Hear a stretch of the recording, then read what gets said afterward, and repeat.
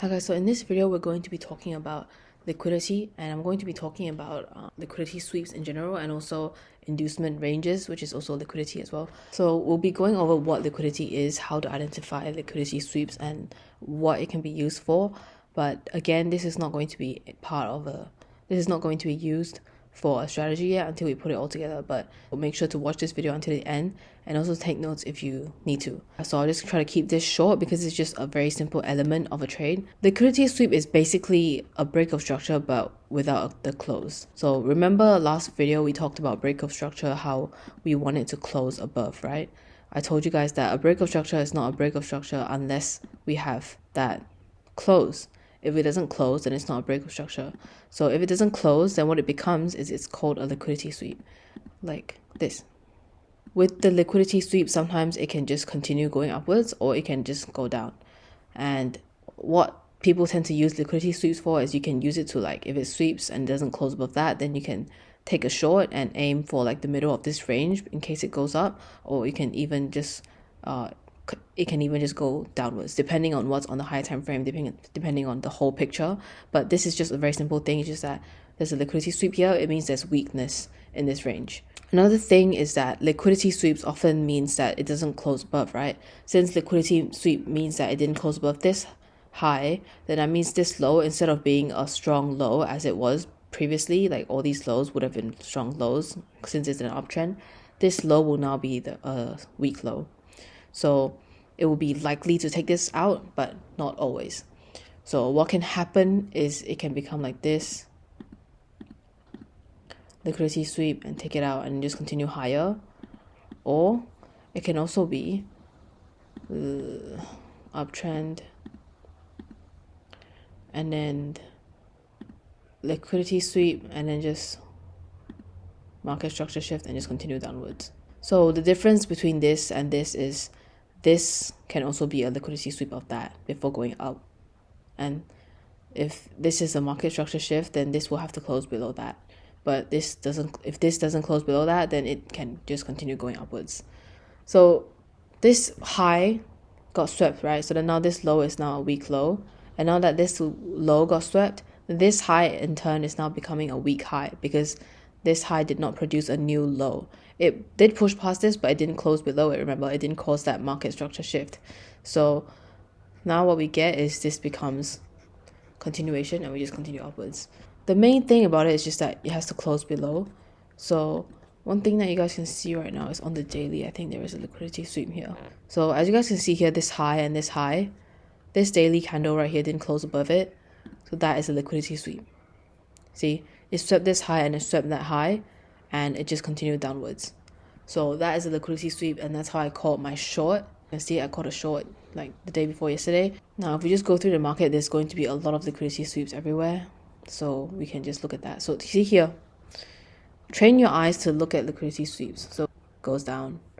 This is already considered a close, but this is an example of where it closed and then it just continues upwards. So that's fine. Guys, you also want to take note that just because it closed below this low doesn't necessarily mean that it's going to be a reversal, because even if it closes below this low, it's technically not really a market structure shift because this low is not a strong low, it's a weak low because this low didn't create a new high. So even if it closes below this low, it's not the strongest sign of a reversal. So if we just keep looking, that's a liquidity sweep there, getting tapped out. But see, this is also a liquidity sweep here. Probably on a lower time frame, it'll be that here's the liquidity sweep. So liquidity sweeps are just what happens. As a definition for you guys, it's just what happens when people's orders are getting taken out. If people wants to enter a short here, for example, they'll probably enter a short there and place their stops above this high, right? This high.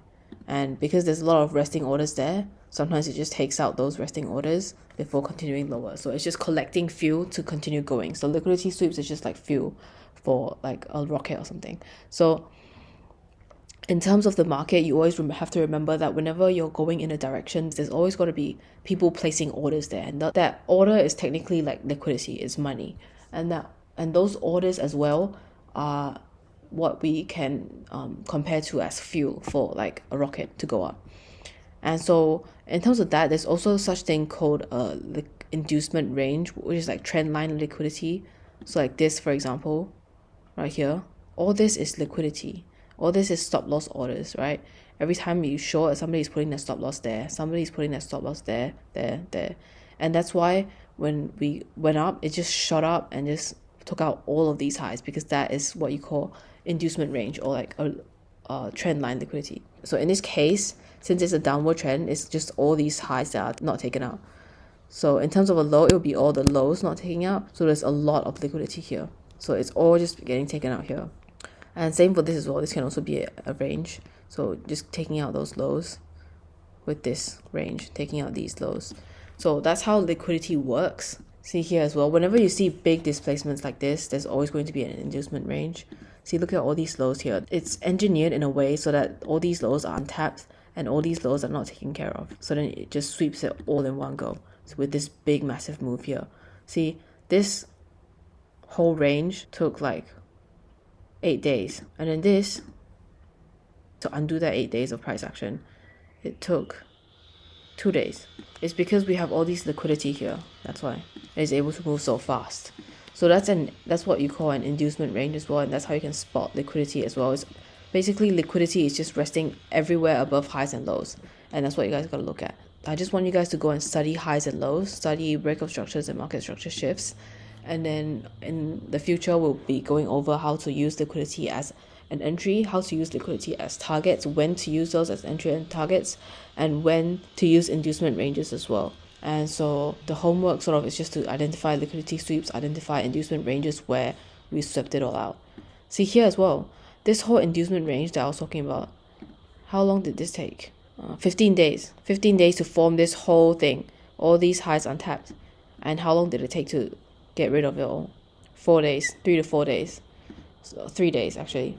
So that's liquidity sweeps and inducement ranges for you guys.